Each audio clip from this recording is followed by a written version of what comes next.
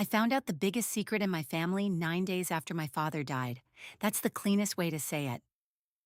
The longer version is that my mother told me we needed to start going through his things, and for some reason, she wanted to start with his office.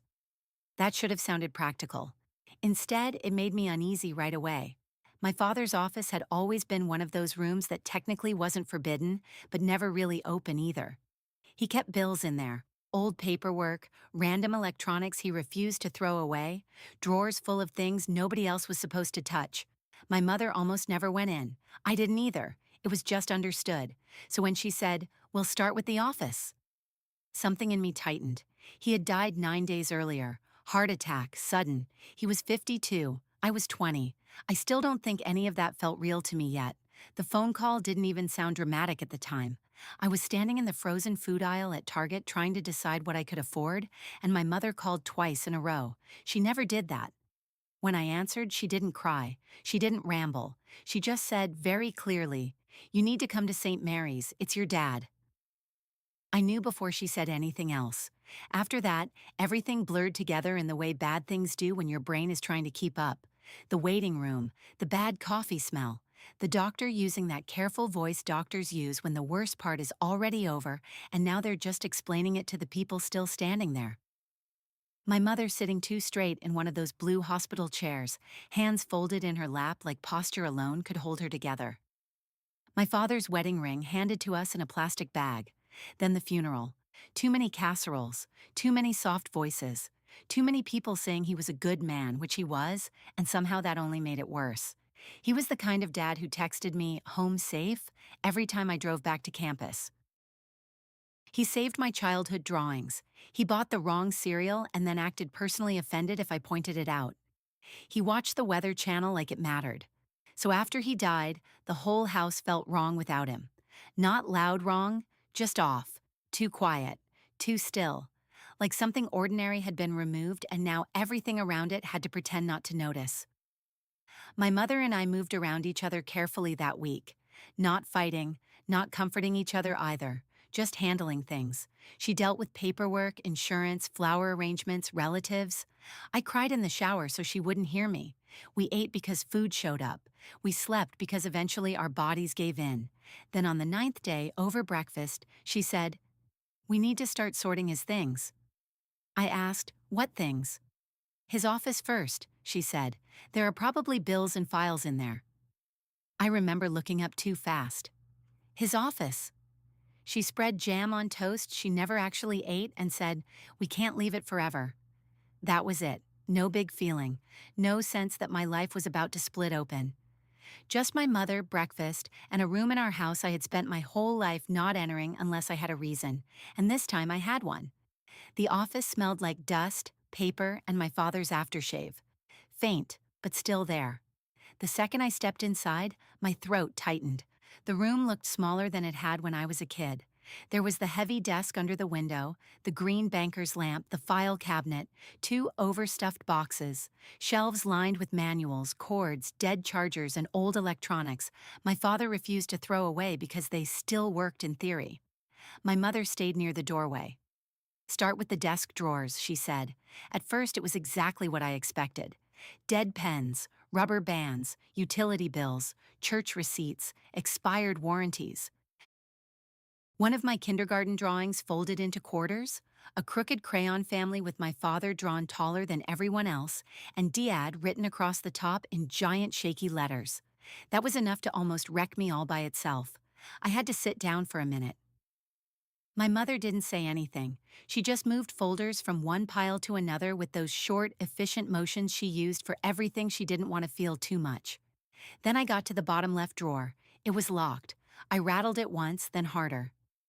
Something about that bothered me more than it should have. Maybe because grief makes you weird about closed things.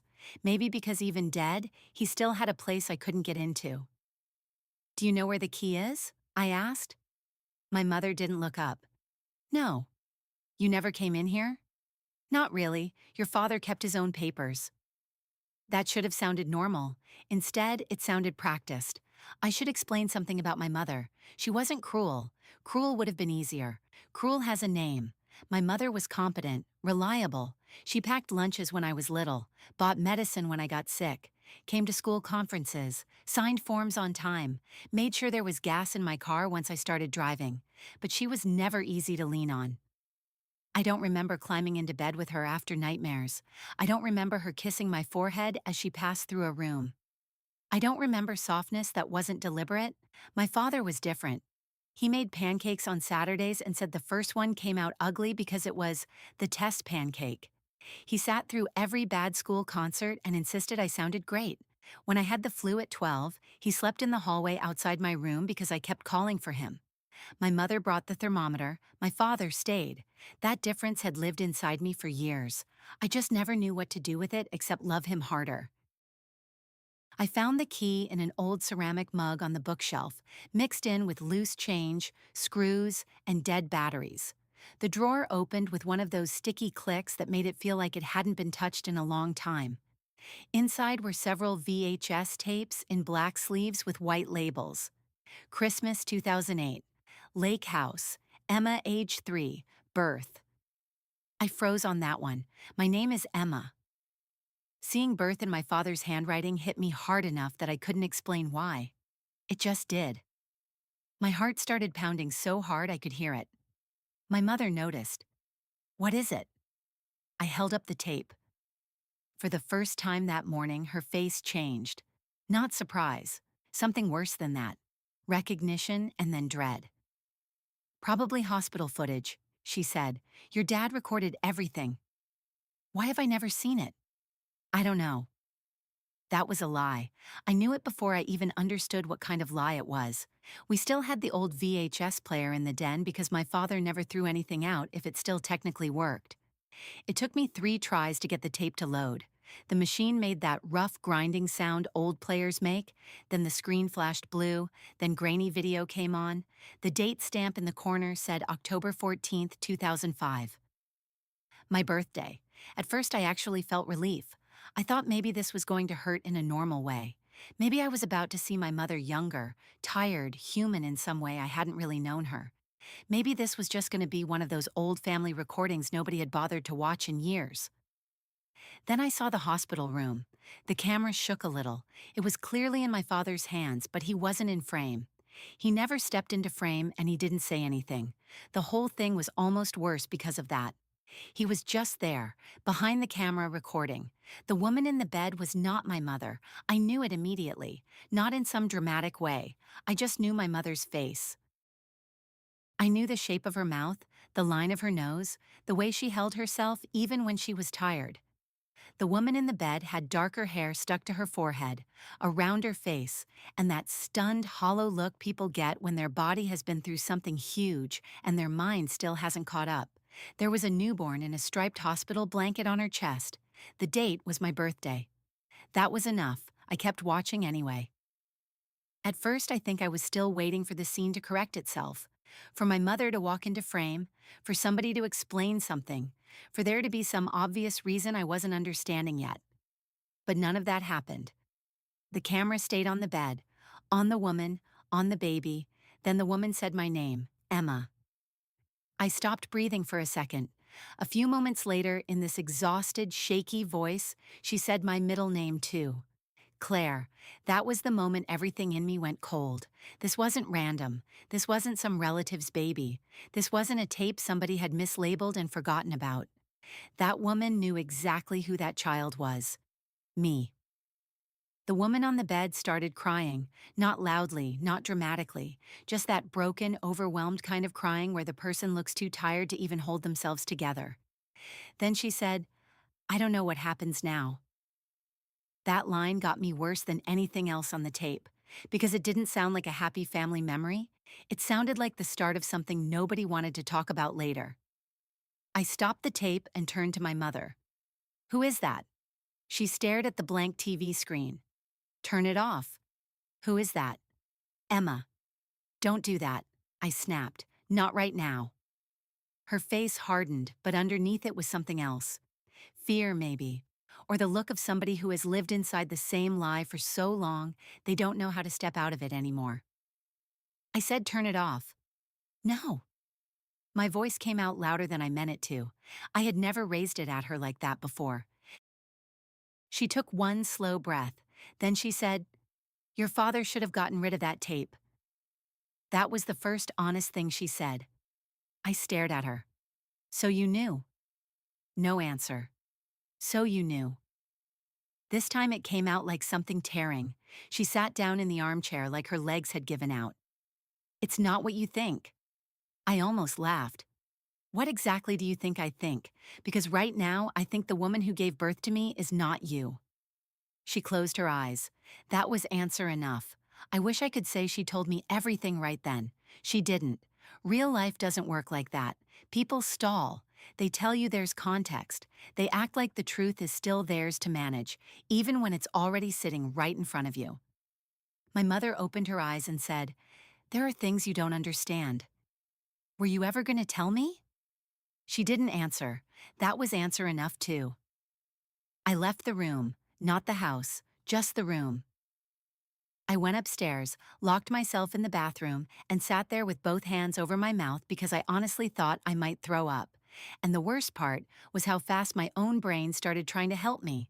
Surrogacy, family adoption, some medical reason I didn't know. Anything that made this sad instead of unbearable. That part is embarrassing to admit, but it's true. Your mind will do almost anything to keep your life from splitting in half all at once. By that night, I had watched the tape 3 more times alone.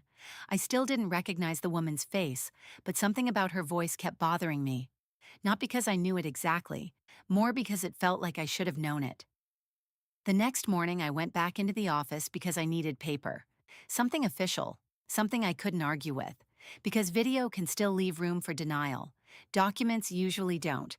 At the back of the closet, under tax returns and insurance files, was a metal document box. Inside was my current birth certificate, the one I had used for school paperwork. It listed my parents as Michael and Diane Foster. Under that was an older stack, a hospital certificate copy, an emergency guardianship order, a later adoption filing. My hands were shaking so hard I nearly tore one. Date of birth, October 14th, 2005. Child, Emma Claire Walsh. Mother, Rebecca Walsh. Emergency temporary guardian, Michael Walsh. I had to read it twice before the names landed. Walsh. My father's original last name had been Walsh. Years earlier, after we moved states, my parents had changed all our last names to Foster. I'd asked about it once when I found an old toolbox with MW burned into the side. My father had shrugged and said it was easier to start fresh after the move. I was too young then to hear what that actually meant. Now I kept reading. A second filing showed the adoption had been finalized almost 2 years later, after Rebecca's parental rights were terminated. That explained the amended birth certificate with Michael and Diane Foster listed as my parents. The paperwork made legal sense, which somehow made it all worse. I sat on the floor holding those papers and understood all at once that the lie was bigger than my mother not being the woman who gave birth to me. Rebecca Walsh, my father's younger sister. I had an Aunt Becky in the half-erased way some families have relatives they only mention in fragments. She had never been real in my life, just a name that surfaced once in a while when my father got quiet or my mother got irritated. Your aunt was trouble was about the most I had ever heard. No framed photos, no Christmas cards, no visits. When I was 8, I asked where she lived and my father said, "Far away." That was it. Rebecca Walsh, the woman on the tape, my biological mother. After that, I started seeing my childhood backward, not in some dramatic movie montage way. Just in that ugly, real way where old moments stop being random and start lining up. My father always got strange around my birthday. Not sad exactly, just softer. Every year, after everyone had gone to bed, he came into my room, kissed the top of my head, and said, "I'm glad you're here."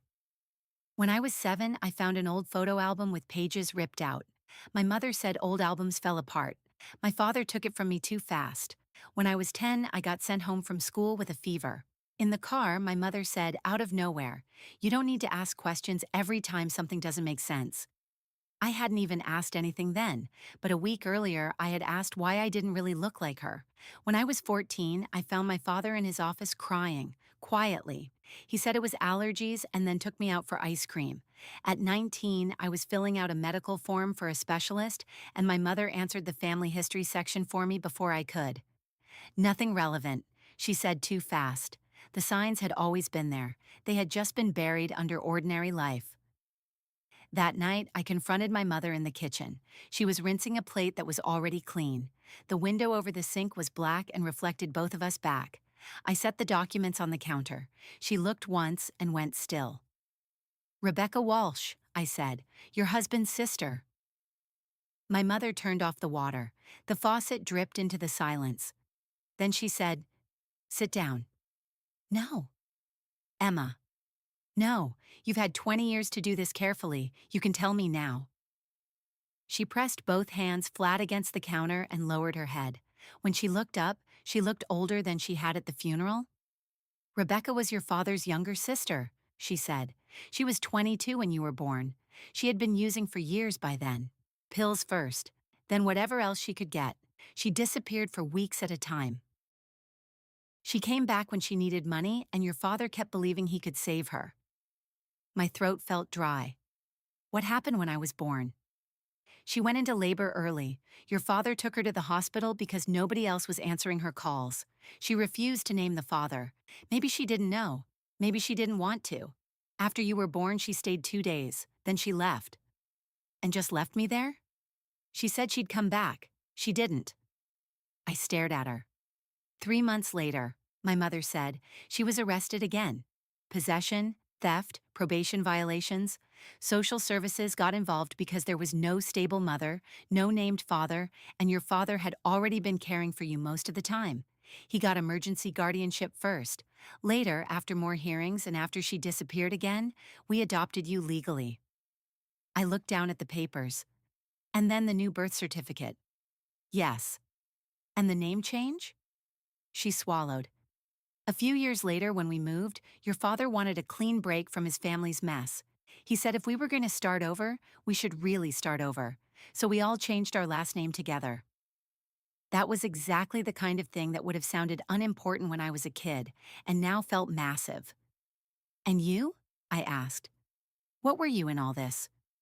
She let out one short breath that almost sounded like a laugh. "I was the wife who had spent 6 years trying to get pregnant and couldn't. I was the woman sitting in fertility clinics while his sister got pregnant by accident and walked away from the baby. I had already had one miscarriage and one surgery I don't like thinking about. Then suddenly there was an infant in my house, his sister's baby, needing everything." Her voice caught on the last word. That was the first crack in her I had ever seen that wasn't anger. "We told ourselves it was temporary," she said.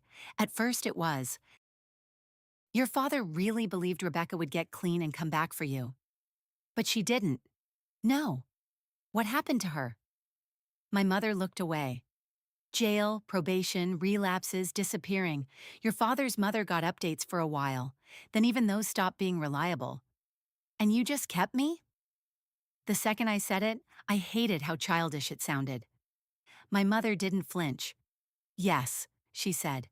"Eventually, yes." She was quiet for a second, then said, "When you were little, every doctor form, every school form, every introduction came with a story. Your father hated saying you were his niece because the next question was always where your mother was." "You mean he wanted to protect me?" I said, "or he wanted to protect himself?" She looked straight at me. "Both." That was the answer. Not a villain's answer. A human one, which somehow hurt more. "And me?" I asked. "Where did I fit in for you?" She gripped the counter so hard her fingers went white. "At first, I didn't know. You were proof of something I wanted and couldn't have. And you were also a baby who needed to be fed and held and changed and rocked. Then you were walking and talking and sleeping with one sock off for some reason. You had opinions about cereal. You cried at commercials. It stopped feeling temporary long before we admitted it." There was no clean response to that. That night, I barely slept. I went through old photo boxes on my bedroom floor until dawn. I found 2 pictures of Rebecca without realizing, until now, who she was.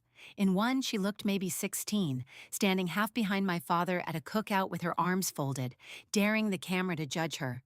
In the other, she was holding me as a baby on a couch. I had seen that second picture before and assumed it was some cousin. Now I saw it. The eyes, mine. The next morning, I went back into the office alone and searched what was left. In the bottom of the file cabinet, under an accordion folder labeled Home Warranty, there was a white envelope with my name on it. Emma. No date, just my father's handwriting. I sat in his chair before I opened it because suddenly I couldn't feel my legs. The letter was 3 pages long and unfinished. The last sentence stopped halfway down the third page. Emma, if you are reading this, it means I found the courage too late or not at all. I'm sorry for both. You were never unwanted here, not for one day. I met you before I knew what to call myself to you. Uncle didn't fit. Guardian sounded like paperwork. Dad felt too big at first, and then it became the only word that ever felt true. I had to put the pages down after that because I started crying so hard I couldn't see. When I picked them up again, it got worse in the way truthful things do. He wrote about the hospital, about Rebecca refusing to name the father, about holding me for the first time and being terrified by how quickly he loved me. He wrote that my mother had not wanted to lie in the beginning, only to wait. Then waiting stretched. Then it became the version of life we all knew. He wrote, "Your mother loved you the way she knew how. Some people hold on tight because they are afraid everything they love can be taken from them." That sounded like him. Simple, true. He wrote that he had meant to tell me more than once. At 10, at 13, after high school, after my first semester away at college. Every time he told himself the timing was wrong, but really he was afraid I would look at him and see a man who had helped build my life on something missing. The last full paragraph said, "The thing I can't forgive in myself is not that I loved you like my daughter. It's that I loved you like my daughter and still let fear decide what you knew about yourself." Then the unfinished line, "If I die before I say this out loud, please don't let the last thing between us be..." That was it. No ending, no signature.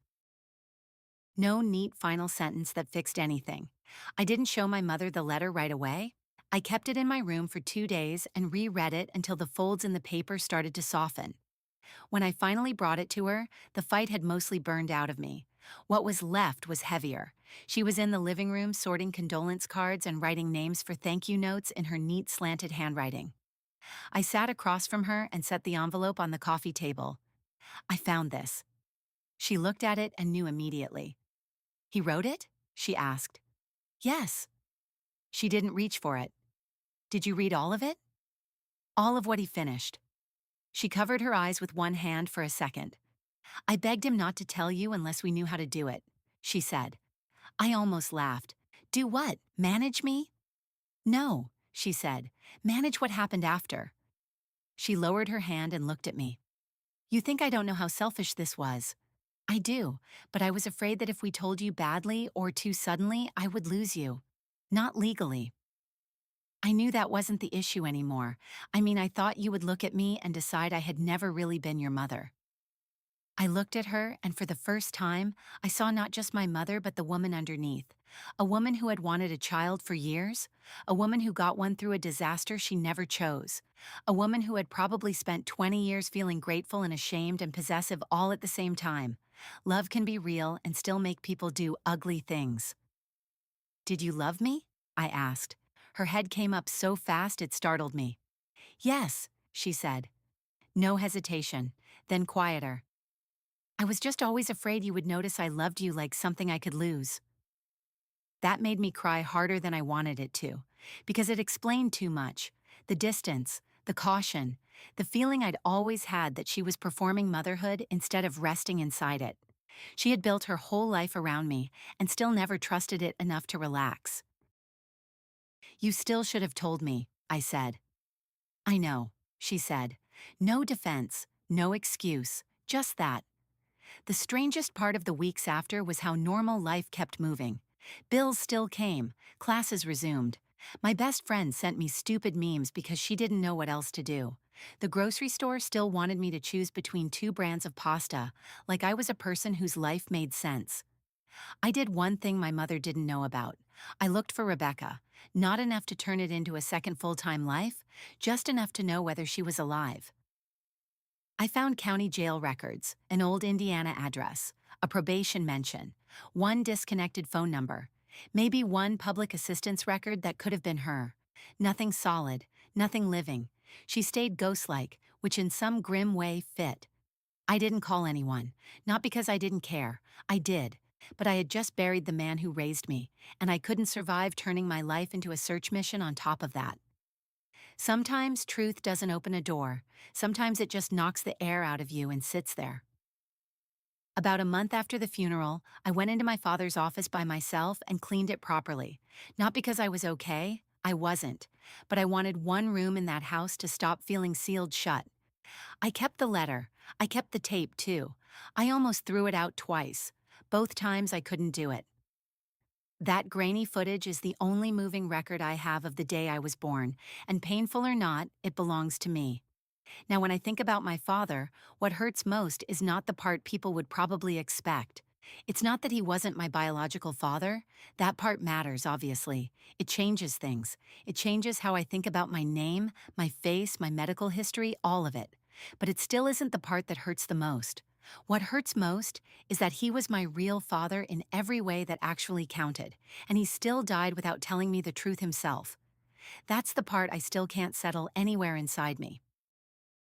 I don't hate him. I tried to. For a little while I really did, but I couldn't make it stick. I loved him too long for that. He raised me. He stayed. He was the one who showed up for school concerts and flu nights and bad birthdays and ordinary Tuesdays. He was the one who made me feel like I had a place in the world. So no, I don't hate him, but I am angry at him, in a very specific way. The kind of anger you only get to feel towards someone who made you feel safe. Someone who knew something this big about you, loved you anyway, and still let fear make the final decision. He wrote the letter. He knew. He just never put the truth in my hands while he was still here to answer for it. That's what stays with me. My mother and I are different now, too. Not magically close, not healed, not fixed, just different. Cleaner, maybe. At least now when there's silence between us, it feels like actual silence, and not like something packed full of things neither of us is allowed to say. We talk more plainly than we used to. Sometimes that helps, sometimes it doesn't, but at least it feels real. Last week she made tea and set a mug in front of me without asking how I take it because she already knew. That sounds small. In our house, it wasn't. A few days ago, I asked her what my father was like when I was a baby. She stared at the table for a while before she answered. Then she smiled in this tired, private way I hadn't seen before. "He was terrified you'd stop breathing in your sleep," she said. "For months he kept waking up to check your chest." That hit me so hard I had to look away. Because of course he did. That was exactly him. So that's where things are now. My father is gone. My mother is still my mother, but not in the way I thought she was. Rebecca is still more absence than person to me, and I'm left trying to figure out what to do with a version of my life that was real in all the ways I felt it, but incomplete in all the ways that should have been mine to know. I still have the tape. I still have the letter. I still haven't decided what, if anything, I'm going to do about Rebecca. Maybe someday I'll look harder. Maybe I won't. Right now, I'm still trying to live with what I already found. All my life, I had this feeling that there was something in my family nobody wanted me touching. I was right. It was sitting in a locked drawer in my father's office the whole time, and I found it 9 days after he died.